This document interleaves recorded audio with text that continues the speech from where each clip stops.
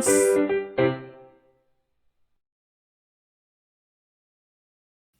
बहुत समय पहले की बात है।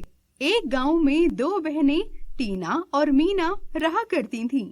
एक दिन अचानक उनके पिताजी की मृत्यु हो जाती है।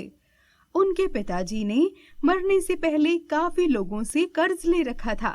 पिताजी के जाते ही वो लोग अपना पैसा मांगने घर पहुंच जाते हैं। अरे देखो टीना, तुम्हारे पिताजी ने मरने से पहले मुझसे काफी सारा पैसा लिया था। अब हम लोग वो पैसा वापस लेने आए हैं। लेकिन अंकल, हमें तो पिताजी ने इस बारे में कुछ भी नहीं बताया। हाँ, तो हो सकता है कि वो तुम्हें बताना भूल गए होंगे। हम कोई झूठ थोड़ी बोल रहे हैं। देखो, मैं जानता हूँ कि तुम लोगों के पास कमाई का कोई साधन नहीं है, इसलिए मैं चाहता हूँ कि तुम ये घर बेचकर हमारे पैसे चुका दो। अरे अंकल, ये आप क्या कह रहे हैं? इस घर को बेचने के बाद तो हम लोग सड़क पर आ जाएंगे। हम पर थोड़ी दया करें अंकल। हम 1 साल में आपका पूरा पैसा चुका देंगे। हम दिन रात मेहनत करेंगे और पैसे जोड़कर आपके सारे पैसे वापस कर देंगे। हम पर यकीन कीजिए। अरे देखो बेटा, मेरे तुम्हारे पिताजी से काफी अच्छे संबंध थे, इसीलिए मैं बस तुम्हें 6 महीने का ही वक्त दे सकता हूँ। और हाँ, अगर तब तक तुम लोग पैसे नहीं चुका पाई तो मुझे मजबूरन इस घर की नीलामी करनी होगी, समझी? चलो दोस्तों। ऐसा बोलकर वो लोग वहाँ से चले जाते हैं। बेचारी टीना और मीना चिंता में आ जाती हैं।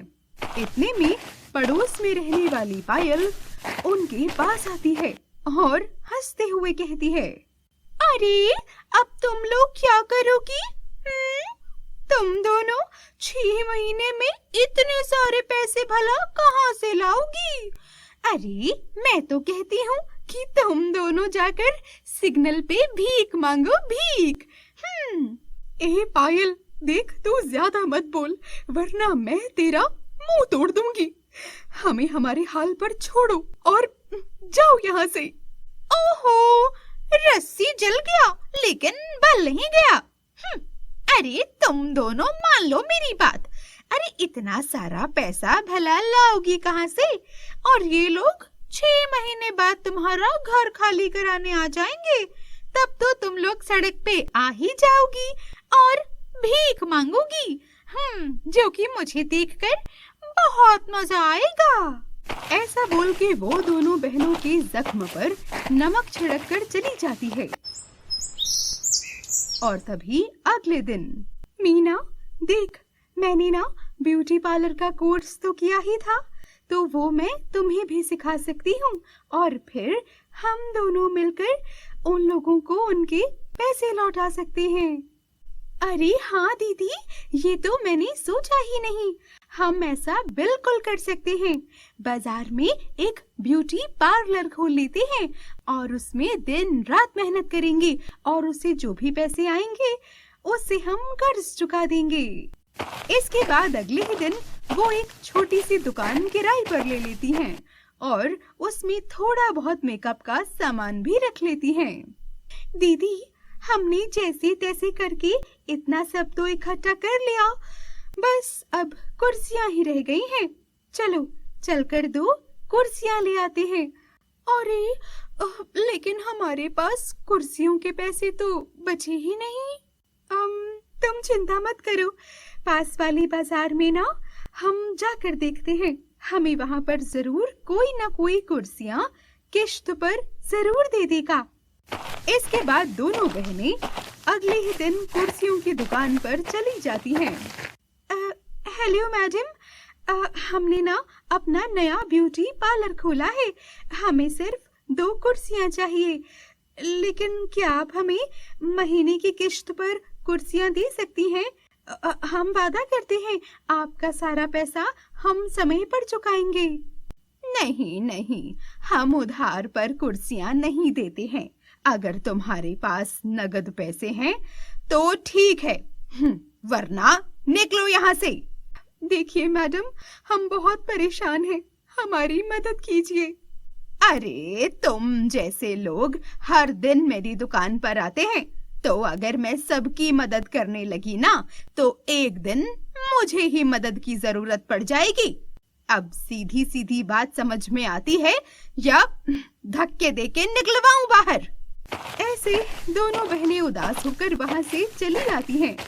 वो पूरी बाजार में घूमती हैं, लेकिन उन्हें कोई भी दुकानदार नहीं मिलता जो उन्हें किश्त पर कुर्सियां दे सके। इसके बाद दोनों बहनें उदास होकर एक पेड़ के नीचे बैठ जाती हैं। मीना, सब लोग कितने स्वार्थी हैं, बिना मतलब के कोई किसी की मदद करने को तैयार ही नहीं। हाँ दीदी, आप बिल्कुल ठीक कह रही हो, ये दुनिया मतलबी और मौका परस्त लोगों से भरी पड़ी है। तभी कुछ देर सोचने के बाद वापस से मीना बोलती है, दीदी हम एक काम करते हैं, जंगल चलते हैं और वहाँ से लकड़ियाँ लेकर आते हैं और अपने लिए कुर्सी खुद ही बना लेते हैं। कहो क्या कहती हो? अब टीना को मीना की ये बात काफी सही लगती है और वो दोनों बहनें तुरंत ही जंगल की ओर जाने लगती हैं और एक बड़े से पेड़ से लकड़ियाँ काटती हैं और घर आकर दोनों बहनें मिलकर उसकी कुर्सियाँ बना लेती हैं। अरे वाह दीदी, हमने कुर्सियाँ तो बड़ी अच्छी बनाई हैं। चलो अब इस पर बैठकर भी देखते हैं। जैसे ही वो दोनों उस कुर्सियों पर बैठती हैं, वो दोनों बहुत ही सुंदर बन जाती हैं। अरे वाह, हम लोग इतनी सुंदर कैसे बन गए मीना? क्योंकि तुमने जिस पेड़ से ये लकड़ियां काटकर इन कुर्सियों को बनाया है, वो एक जादुई पेड़ था। इसीलिए आज से तुम दोनों हमारी मालकिन हो और आज से हम तुम्हारी हर तरह से सहायता करेंगे। तभी दोनों बहनें खुश होकर जल्दी से जाकर बाहर एक बोर्ड लगा देती हैं। सिर्फ 2 मिनट में सुंदर बने। बोर्ड देखते ही काफी सारी लड़कियां पार्लर में टूट पड़ती हैं। तभी दोनों बहनें एक एक करके सभी लड़कियों को उन जादुई कुर्सियों पर बैठाना शुरू कर देती हैं और देखते ही देखते जादुई कुर्सियों के कमाल से वो लड़कियां बहुत ही सुंदर बन जाती हैं और खुद को इतना सुंदर देखकर उन लड़कियों की मानो खुशी का ठिकाना ही नहीं रहता और वो दोनों बहनों को ढेर सारा पैसा देकर जाती हैं। इस तरह से उनके पार्लर में सुबह से शाम तक मानो भीड़ लगी ही रहती और वो इससे कुछ ही दिनों में काफी पैसा कमा लेती हैं। तभी एक दिन वो दोनों बहनें जाकर अपने पिताजी का सारा कर्जा उतार देती हैं। वहीं दूसरी तरफ पायल को जब उनकी जादुई कुर्सियों के बारे में पता चलता है तो उसे काफी जलन होती है और एक रात तभी पायल चुपके से उनके पार्लर में चली जाती है और सोचती है, मैं इन कुर्सियों को चुराकर अपनी मम्मी को दे दूंगी और इसकी मदद से हम लोग भी काफी पैसा कमाने लगेंगे। लेकिन जरा पहले मैं तो बैठकर इसमें अपने आप को सुंदर बना लूं। ऐसा बोलकर वो उस कुर्सी पर बैठ जाती है और जैसे ही वो उस जादुई कुर्सी पर बैठती है तो कुर्सी में से हेयर ड्रायर निकलता है और उसके हाथ पैर बांध देता है। इतने में देखते ही देखते हेयर ड्रायर चालू हो जाता है और काफी गर्म हो जाता है। उसमें से मानो आग निकलने लगती है और वो पायल के सारे बालों को जलाकर राख कर देती है और इसके बाद एक ब्रश प्रकट होता है जो कि पायल के चेहरे पर बड़े बड़े काले धब्बे छोड़ देता है। अब पायल मानो बिल्कुल चुड़ैल लग रही थी और वो खुद को देखकर चीख पड़ती है, अरे मेरे साथ ये क्या हो गया? मैंने तो सुंदर बनने के लिए इस कुर्सी का इस्तेमाल किया था, लेकिन इसने तो मुझे भूत बनाकर रख दिया। अब इससे पहले मुझे कोई देखे, मुझे यहाँ से भागना चाहिए। ऐसा कहकर पायल वहाँ से भाग जाती है और उस दिन के बाद से वो टीना और मीना को कभी परेशान नहीं करती। वहीं दूसरी ओर दोनों बहनें हंसी खुशी अपना जीवन बिताने लगती हैं।